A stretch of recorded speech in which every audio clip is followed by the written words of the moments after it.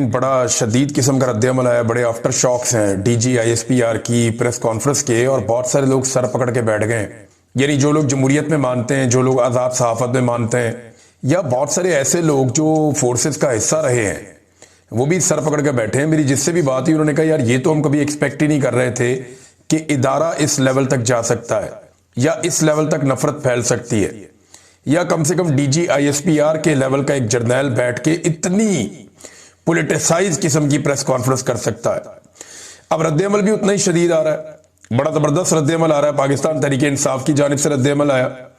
जो लोग बेचारे नरम थे, ज्यादा खुलकर बात नहीं करते थे, वो भी खुलकर बात करना शुरू हो गए।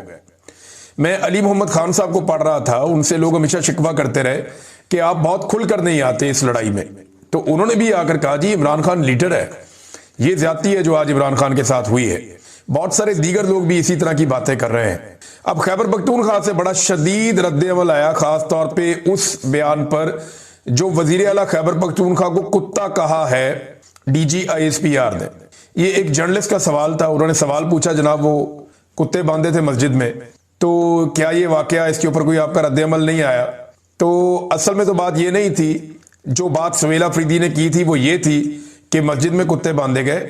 जब लोग गए और जाकर उन्होंने बात की तो उन्हें कहा गया कि आप और कुत्ते हमारे लिए एक जैसे हैं, यानी वो जो लोग गए थे उनकी तौहीन की गई, उन्हें भी कुत्ते करार दिया गया।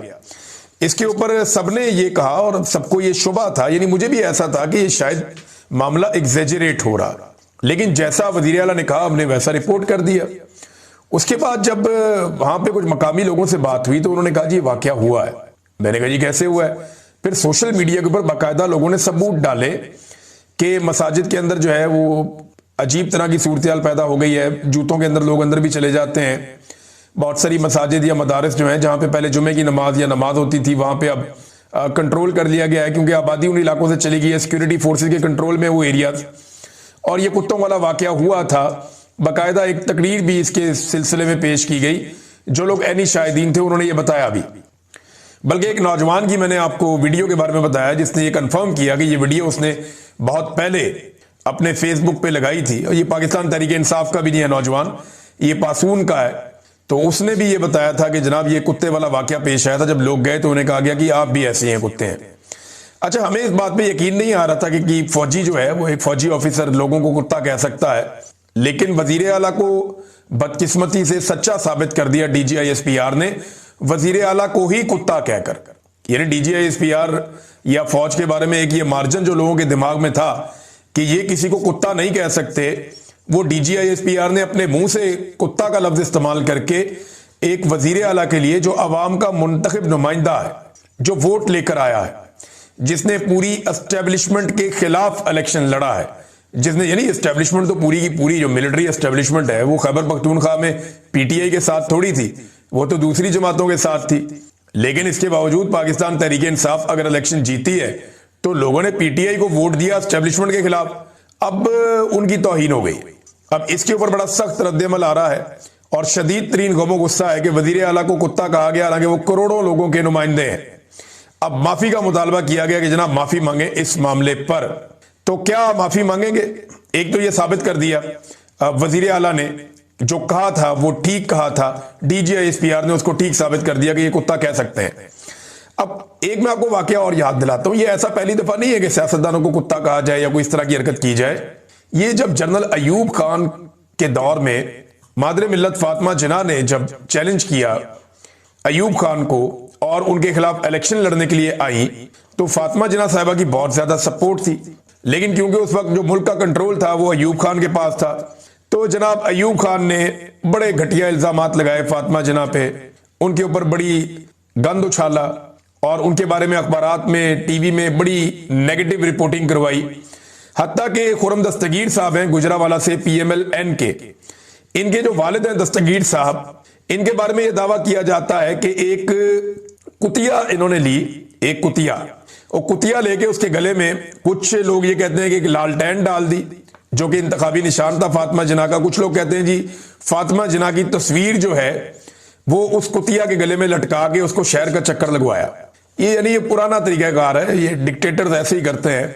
ये ऐसा पहली दफा नहीं हो रहा कि किसी को कुत्ता कहा जा रहा है या इस किस्म के इल्जामात लगाए जा रहे हैं। अच्छा, इसके ऊपर माफी का मुतालबा किया जा रहा है। अब जब लोग माफी का मुतालबा कर रहे हैं कि जनाब आप इस पे माफी मांगे और आपको इसके ऊपर शर्मिंदगी होनी चाहिए, तो बहुत सारे जर्नलिस्ट और बहुत सारे सियासतदान मुंह खोल के देख रहे हैं ये कैसे हो सकता है कि एक जर्नैल माफी मांगे। भाई जर्नैल ने कुत्ता कह दिया तो बस आप समझ जाए वो कुत्ता ही है। अब आप माफी का तकादा ना करें, यानी अब जर्नैल ने गलत कह दिया तो गलत ही है, अब वो माफी नहीं मांग सकता कभी भी, ये मुमकिन ही नहीं है कि जर्नैल माफी मांगे। तो जनाब मैं आपके सामने अमेरिका की एक मिसाल लेकर आता हूं। अमेरिका के एक जनरल थे, जनरल स्टैनले मैकक्रिस्टल। ये अमेरिका की तारीख के फाइनेस्ट जर्नैलों में से एक है।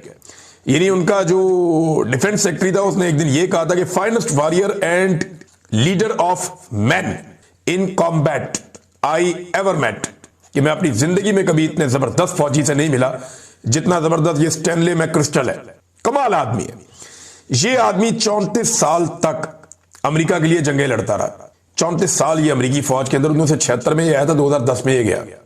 बड़ा जबरदस्त करियर था इस बंदे का। इसने कई जंगें लड़ी अमेरिका के लिए। ऑपरेशन डेजर्ट शील्ड इसने लड़ी, गल्फ वॉर इसने लड़ी, अफगान वॉर इसने लड़ी, इराक वॉर इसने लड़ी, और आखिर में ये अफगानिस्तान के अंदर जंग का हिस्सा था जब इसकी नौकरी गई। अब अमेरिकी दिफाई तज्जियाकारों का मानना है कि इससे बेहतर कमांडर कम ही मिलते हैं। बड़ा शानदार जर्नैल था अमेरिका का लड़ाई के मैदान में। इस शख्स ने जो बाइडन और दीगर ऑफिशियल्स के बारे में कुछ तमस्खर अमेज बात कर दी और इसके लोगों ने भी कर दी। वो बात रिपोर्ट हो गई मीडिया में और उसके बाद इसको बुलवाया गया, बुलवाकर इससे इस्तीफा मंगवाया गया और फिर इसको नौकरी से फारिग कर दिया गया। ये बंदा देखें इतना तगड़ा था। इसके बाद 9 बड़े फौजी एजादात थे अमेरिका के। अमेरिकी फौजी एजादात एवं नहीं मिल जाते। बड़े बड़े 9 फौजी एजादात थे और तगड़े फौजी एजादात थे इस बंदे के पास, लेकिन ने रोक दी। और अब मुलाकातें इमरान खान साहब की मुकम्मल तौर पे बंद है। ना बुकला से मुलाकातें हो रही हैं ना फैमिली से। इमरान खान साहब के वकील भी गए थे मुलाकात करने के लिए, लेकिन उनकी भी मुलाकातें नहीं हुई। इमरान खान साहब की जो 3 बहनें हैं उन्होंने उनकी आंख में जो तकलीफ है उसके हवाले से तीनों ने अलग अलग बयान दिए। क्योंकि असदुल्ला खान साहब की यह खबर थी, उन्होंने ये खबर दी कि इमरान खान साहब की दाईं आंख के अंदर एक प्रॉब्लम है और उन्हें ऑपरेशन की जरूरत है, और इस ऑपरेशन के लिए डॉक्टर्स को मजबूर किया गया कि आप अडयाला जेल में कर लें।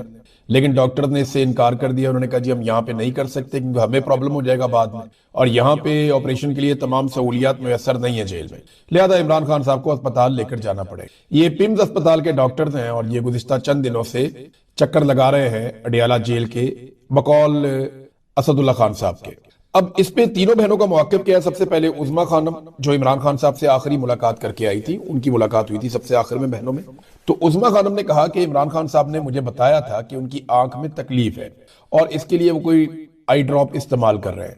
ये उन्होंने इमरान खान साहब के हवाले से कंफर्म किया कि आंख में तकलीफ जरूर है और उसके लिए कोई वो आई ड्रॉप्स इस्तेमाल कर रहे हैं, लेकिन इतना डिटेल में उनको नहीं पता था। इमरान खान साहब की दूसरी बहन अलीमा खानम, उन्होंने इस खबर को लेकर शकूक व शुबहात का इजहार किया। उन्होंने कहा जी कि ये खबर कैसे बाहर आ जाती है, इसका सोर्स क्या है? अब कोई जर्नलिस्ट अपना सोर्स तो नहीं बताएगा। वैसे मैं ये आपको बता देता हूं कि जिस जर्नलिस्ट ने ये खबर दी है वो कोई एस्टेब्लिशमेंट या हुकूमत की गुड बुक्स में तो नहीं है। असदुल्ला खान साहब का मैं जानता हूं, वो उतनी अच्छी गुड बुक्स के अंदर नहीं है एस्टेब्लिशमेंट के साथ। लेकिन फर्ज करें ये खबर अगर किसी ऐसे सहाफी ने दी होती जिसको आप टाउट कहते हैं, तो फिर भी आप इसको फेंक तो नहीं सकते थे ना। आपको इस पे गौर करना पड़ना था कि यार इमरान खान साहब की आंख के अंदर प्रॉब्लम हुई है, बिनाई जाने का खतरा है, तो ये खबर तो फिर बहुत बड़ी बननी थी, कोई भी देता। तो असदुल्ला खान साहब ने ये खबर दी। अब अलीमा खानम ये कहती है कि हमारा तो इमरान खान से ना मुलाकात करवाते हैं ना राब्ता करवाते हैं। हम इमरान खान साहब की खैरियत जानने के लिए जब जेल में फोन करते हैं तो इमरान खान साहब के बारे में हमें बताया भी नहीं जाता। हमारे पास तो कोई डायरेक्ट इंफॉर्मेशन नहीं है। उन्होंने ये शिकवा किया।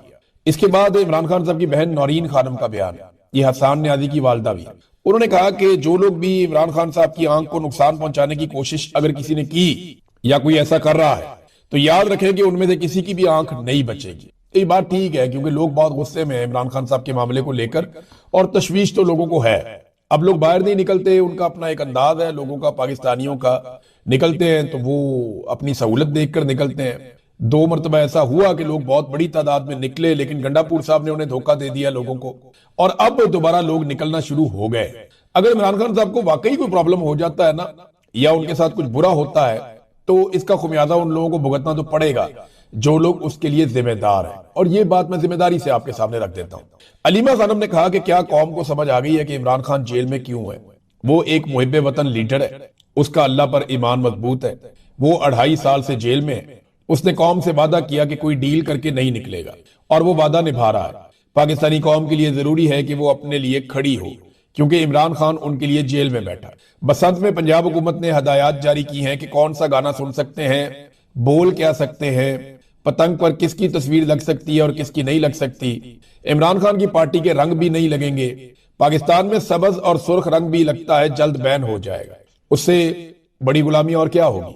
पाकिस्तानियों, आप ये गुलामी क्यों कबूल कर रहे हो, ये अलीमा खानम ने सवाल पूछा। नादरीन, असदुल्ला खान साहब ने अपनी खबर का एक दूसरा हिस्सा भी दिया, वो हिस्सा भी मैं आपको पढ़ के सुनाता हूं। ये बहुत इंपॉर्टेंट है असदुल्ला खान साहब का स्टेटमेंट। उन्होंने कहा जी पूरी तस्दीक तो इसकी नहीं हो सकती, लेकिन उनका जो कहना है मैं एज इट इज आपको पढ़ के सुनाता हूं। उन्होंने कहा मेरा सोर्स ये दावा कर रहा है कि इमरान खान साहब को गुज़िश्ता हफ्ते और एतवार की दरमियानी रात, जो कि 24 और 25 जनवरी की दरमियानी रात थी, रात के दूसरे पहर यानी आधी रात के बाद पिम्स अस्पताल लाया गया। उन्हें आंख की बीमारी CRVO के इलाज के लिए इंजेक्शन दिया गया। लेकिन मैं अभी इस खबर की मुकम्मल तस्दीक नहीं कर सकता, गैर तस्दीक शुदा खबर है, क्योंकि मैं इसे डबल चेक कर रहा हूं। सोर्स का दावा है कि 1-2 लोगों का स्टाफ था और इमरान खान साहब उनके साथ खुश असलूबी से पेश आए और कहा कि मैं माजरत चाहता हूं कि आपको रात गए तकलीफ दी। सोर्स के मुताबिक इमरान खान का मोराल ठीक था, अच्छी हालत में थे। इसको हम डबल चेक करेंगे, असदुल्ला खान ने कहा। देखें, अगर इमरान खान साहब को अस्पताल यूं लाया गया तो ये तो फिर अच्छी बात है, उनकी आंख का जो अगर प्रॉब्लम है तो उन्हें ये ट्रीटमेंट मिलना चाहिए। अब ये बड़ी अजीबोगरीब चीज है, लेकिन अब क्योंकि आ गई है मैं आपको रिपोर्ट करता हूं। एक तो हुकूमत ने गाना जो है नकदा कोका, उस पर पाबंदी लगा दी पहले कि ये आप नहीं सुन सकते। हालांकि इस गाने में कोई ऐसे बोल नहीं है, कोई जुबानी बात भी नहीं है, सीधा सीधा गाना है। और इस गाने की वजह से मलकू कहते हैं कि वो बहुत मशहूर हो गया। इस गाने के अंदर एक शेर है जो इमरान खान साहब से रिलेटेड है, कैदी नंबर 804 से रिलेटेड। अब उस शेर की वजह से ये गाना मिलियंस के अंदर चला गया, मलकू को पूरी दुनिया के अंदर पजीराई मिल गई। किसी आजाद जज के सामने अगर ये मामला जाए तो वो पूछ भी लेगा कि इस गाने में ऐसा क्या है भाई, क्या बुरा जो आप इसको नहीं लगने देना चाहते। ऐसा नहीं है, लेकिन क्योंकि इमरान खान साहब है तो उनसे वो डरते हैं, उन्होंने नकदा कोका पे पाबंदी लगा दी। और अब एक नया नोटिफिकेशन जारी किया गया है और ये नोटिफिकेशन 16 सीनियर तरीन अफसरान को, पुलिस और चीफ सेक्रेटरी से लेके तमाम लोगों को भेजा गया है कि बसंत पे किसी की फोटो ना लगे। अब किसी की फोटो का मतलब यह है कि इमरान खान की फोटो ना लगे, कोई पार्टी का झंडा ना लगे, तो ये इसका मतलब यह है कि इमरान खान साहब की पार्टी का झंडा ना लगे। सादी बात है, सभी समझते हैं बात क्या है। डर इसी बात का है ना कि आपको आसमान पे इमरान खान साहब की तस्वीर वाली, उनके नाम वाली, उनके कैदी नंबर वाली, उनकी पार्टी के झंडे वाली पतंगें नजर आएंगी बसंत के दिन। तो इस पर भी उन्होंने पाबंदी लगा दी, कहते दफा 144 हम लगा देंगे। आप अंदाजा करें ये इमरान खान साहब से सिस्टम कितना डरा हुआ है, कितना खाइफ है, कितना परेशान है भाई। अगर इस लेवल पे आप पहुंच गए हैं और आप इमरान खान का मुकाबला नहीं कर पा रहे, उसको आप डरा हुआ नहीं दिखा पा रहे, उसको आप सरेंडर नहीं करवा पा रहे, वो आपसे हार नहीं मान रहा, तो जाके उससे माफी मांग ले और जाके उससे सुलह कर ले और उसे बोले कोई रास्ता निकाल कर दे। सियासी आदमी है, वो आपको कोई ना कोई रास्ता निकाल कर दे भी देगा। लेकिन जितना आप गिरते चले जा रहे हैं ना इमरान खान साहब की मुखालफत में, कभी इद्दत वाला केस ले आते हैं, कभी साइफर वाला केस ले आते हैं, कभी आप उसकी तस्वीर पे पाबंदी लगा देते हैं, कभी उसकी आवाज पे पाबंदी लगा देते हैं, कभी आप उसकी मुलाकातें बंद कर देते हैं, कभी आप उसकी बेगम को पकड़ लेते हैं, कभी आप उसकी बहनों को पकड़ लेते हैं, कभी आप खवातीन के ऊपर टॉर्चर करते हैं, कभी आप बच्चों पे टॉर्चर करते हैं। जगह जगह आप दरबदर हो रहे हैं, बाहर दुनिया में आप दरबदर हो रहे हैं। पाकिस्तान के अंदर यूनिवर्सिटियों के चक्कर लगा लगा के आप थक गए हैं, कोई आपकी बात सुनने के लिए तैयार ही नहीं है। हत्ता कि आपने ये भी सोच लिया कि 25 साल तक के तमाम लोगों से वोट का हक ही छीन लिया जाए। जब आप इस हालत में आ गए हैं तो अब आप एक ज़हनी मरीज बन चुके हैं। ये प्रैक्टिकली ज़हनी मर्ज है और क्या है, आप मुकाबला ही नहीं कर पाएंगे पाकिस्तानियों का। तो जाके इमरान खान से माफी मांगे, उससे कहीं कोई रास्ता निकाल कर दे, उससे सुलह करे, वो आपको कोई ना कोई रास्ता निकाल कर दे देगा। वो पॉलिटिकल आदमी है। वफाकी वुज़रा भी फंस गए। देखिए ना, जो लोग दिन रात करते थे कि हम ऑपरेशन करेंगे, हम जरूर ऑपरेशन करेंगे, खैबर पख्तूनख्वा में मिलिट्री ऑपरेशन होगा, मिलिट्री ऑपरेशन हम जरूर करेंगे, कौन रोक सकता है, किसी का बाप भी नहीं रोक सकता। दिन रात इनकी तकब्बुर भरे जुमले ही खत्म नहीं हो रहे थे। इमरान खान साहब ने जेल से बैठकर कहा कि नहीं, मिलिट्री ऑपरेशन मसले का हल नहीं है।